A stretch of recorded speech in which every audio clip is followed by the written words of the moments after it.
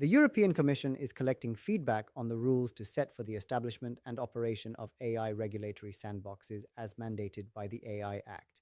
The draft implementing act is open for public feedback for 5 weeks. Today, 20 plus AI governance enthusiasts and practitioners came together for an engaging and insightful discussion on the AU AI regulatory sandbox. The session focused on practical implications of regulatory sandboxes for responsible AI alignment with global AI governance frameworks, opportunities, challenges, and real world implementation insights, collective feedback to inform future regulatory development. AI regulatory sandboxes are supervised environments where companies can safely develop and test innovative AI systems with regulators before going to market. This implementing act makes sure all member states run sandboxes in a consistent, fair, and trustworthy. Why does the EU need AI regulatory sandboxes? The EU wants to encourage AI innovation, reduce legal uncertainty for companies, ensure compliance with the AI Act, GDPR, and product safety laws, support SMEs and startups, allow real-world testing under supervision. Sandboxes act as a bridge between innovation and regulation, not a loophole.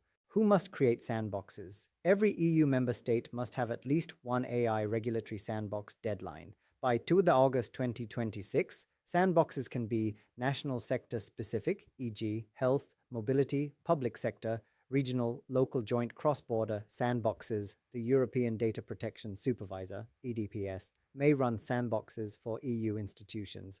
Who can participate? Any AI provider or prospective provider.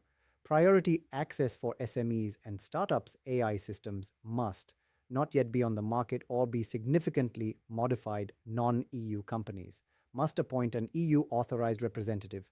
Must pay participation fees.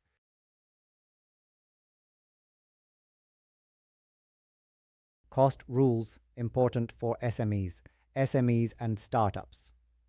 Participation is free except for clearly justified exceptional costs. Large companies can be charged fair and transparent fees. Fees must be disclosed before participation starts. How does a sandbox work in practice?